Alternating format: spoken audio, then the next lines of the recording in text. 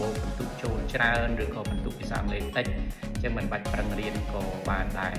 មានបងប្អូនជាច្រើនពិសេសបងប្អូនរៀននៅវិទ្យាល័យតែងតែសួរថាតើគួររៀនភាសាអង់គ្លេសមុនចប់ថ្នាក់ទី12ឬក៏ចាំប្រឡងទី12ហើយចាំរៀនបានអត់ដោយសារតែប្រឡងទី12គឺសំខាន់ត្រូវបដោតលើមុខវិជ្ជាដែលត្រូវប្រឡងចម្លើយខ្លីៗជូនបងប្អូនដែលមានចម្ងល់ដូចគ្នាឬក៏ស្តីដូចគ្នាខ្ញុំឆ្លើយមិនមែនក្នុងនាមខ្ញុំជាគ្រូបង្រៀនភាសាអង់គ្លេសហើយប្រមូលភាសាអង់គ្លេសទេប៉ុន្តែសូមបង្ហាញអំពីបទពិសោធន៍ជាក់ស្ដែង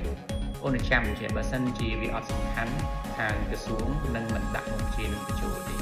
ទោះតែចាំប្រឡងទី12ហើយចាំរៀនភាសាអង់គ្លេសបានអត់ឬក៏គួរតែរៀនមុនសូមឆ្លើយថាបងអូនត្រូវរៀនវាមុនមិនថារៀនស្របពេលនឹងបងប្អូនរៀនមុខវិជ្ជាផ្សេងៗដែរដោយសារមុខវិជ្ជាអង់គ្លេសក៏មាននៅក្នុង schedule ក្នុងកាលវិភាគរៀនរបស់យើងដែរអញ្ចឹងត្រូវប្រឹងប្រែងរៀនគ្រប់មុខទាំងអស់រួមទាំងភាសាអង់គ្លេសដែរកុំឲ្យទុកអង់គ្លេសចោលនៅឃើញហ្នឹងប្រហែលជាគេមិនបូកបន្ទុកចូលច្រើនឬក៏បន្ទុកភាសាអង់គ្លេសតិចអញ្ចឹងមិនបាច់ប្រឹងរៀនក៏បានដែរអញ្ចឹងបងប្អូនកុំយល់បែបនោះមូលហេតុបងប្អូនត្រូវដឹងថាការរៀនភាសាអង់គ្លេសមិនមែនរៀនមួយថ្ងៃពីរថ្ងៃ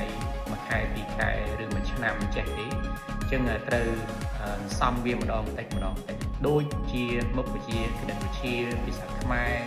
គីមីរូបឬក៏ជីវៈអីជាដើមដែរអញ្ចឹងយើងមិនអាចបខំរៀនម្ដងឲ្យចេះបានទេអញ្ចឹងត្រូវតែសំវាម្ដងបន្តិចម្ដងបន្តិចធម្មតានៅពេលដែលរៀនចប់ថ្នាក់ទី12បងប្អូនត្រូវជ្រើសរើសមហាវិទ្យាល័យហើយតើបងប្អូនត្រូវរៀនមហាវិទ្យាល័យអីមហាវិទ្យាល័យគ្រប់គ្រងមហាវិទ្យាល័យសេដ្ឋកិច្ចមហាវិទ្យាល័យច្បាប់ឧទាហរណ៍ចឹងចាស់មិនថាបងប្អូនរៀនមហាវិទ្យាល័យអ្វីទេ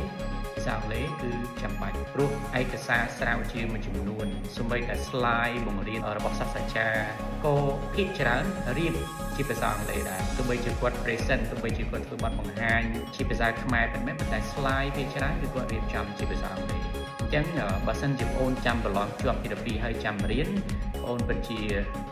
ថប់ដង្ហើមកន្លែងហ្នឹងពិតជា stress កន្លែងហ្នឹងភាសាអីភាសាបងប្អូនត្រូវស្ដាប់សាស្ត្រាចារ្យបដាបងប្អូនបកប្រែនៅក្នុង slide របស់សាស្ត្រាចារ្យបដាប៉ុន្តែបើសិនបើបងប្អូនបានរៀនម្ដងតិចពីដើមទៅផ្សំរហូតដល់ចប់ទី12ហើយមានន័យថាបងប្អូនមានអង់គ្លេសអាចប្រើការបានទោះបីជាមិន 100% ក៏អាចយល់បាននៅអ្វីដែលយើងនឹងជួបនៅថ្នាក់មហាវិទ្យាល័យដែរនឹងទី1ការជ្រើសរើសមហាវិទ្យាល័យមិនថាបងប្អូនរៀនមហាវិទ្យាល័យស្អីទេគឺពិតជាត្រូវការភាសាអង់គ្លេសពិសេសគឺការស្រាវជ្រាវឯកសារយោងអញ្ចឹងបងប្អូនត្រូវចេះភាសាអង់គ្លេសដើម្បីស្រាវជ្រាវបានទូលំទូលាយមួយទៀតឱកាសអាហារូបករណ៍មិនថាបងប្អូនចង់បន្តការសិក្សានៅប្រទេសណាទេមិនថាជប៉ុនកាណាដាអូស្ត្រាលីអាល្លឺម៉ង់អង់គ្លេសឬក៏អាមេរិកទេដោយច្រើនគឺគេតេស្តសមត្ថភាពការប្រើប្រាស់ភាសាអង់គ្លេសបើសិនជាបងប្អូនអត់មានសមត្ថភាពប្រើប្រាស់ភាសាអង់គ្លេសបានគ្រប់គ្រាន់ទេបងប្អូននឹងបាត់បង់ឱកាសអាហារូបករណ៍ខ្ញុំសូមឧទាហរណ៍ថាបើសិនជាគេរើសនិស្សិតទៅរៀននៅក្រៅមានអ្នកប្រឡងតែ2នាក់បងប្អូនហើយនឹងម្នាក់ទៀតហើយបងប្អូនអត់ចេះអង់គ្លេសតែម្នាក់ទៀតគេចេះអង់គ្លេសអញ្ចឹងបងប្អូនប្រកាសជាបាត់បង់ឱកាសហ្នឹងដោយសារអីដោយសារតែជាភាសាអង់គ្លេសអញ្ចឹងការដែលទុកភាសាអង់គ្លេសចាំរៀនក្រោយប្រឡងទី12ហើយឬក៏ប្រឡងមកដូចហើយហ្នឹងពិតជាធ្វើឲ្យបងប្អូនបាត់បង់ឱកាសអាហារូបករណ៍សរុបមកវិញបើសិនជាបងប្អូនកំពុងតែរៀនថ្នាក់ទី10និងទី11អញ្ចឹង2ឆ្នាំហ្នឹងគឺជាឱកាសល្អនិយាយថាឱកាសមាសឱកាសប្រាក់តែបងប្អូនគួរតែប្រឹងប្រែងរៀនភាសាអង់គ្លេសបានច្រើនបើសិនជាបងប្អូនរៀនថ្នាក់ទី12រៀនពិបាកបន្តិចដោយសារការវិភាគបងប្អូនទៅរៀនច្រើនម៉ោងអញ្ចឹងអត់សូវមានពេលសម្រាប់ទេអញ្ចឹង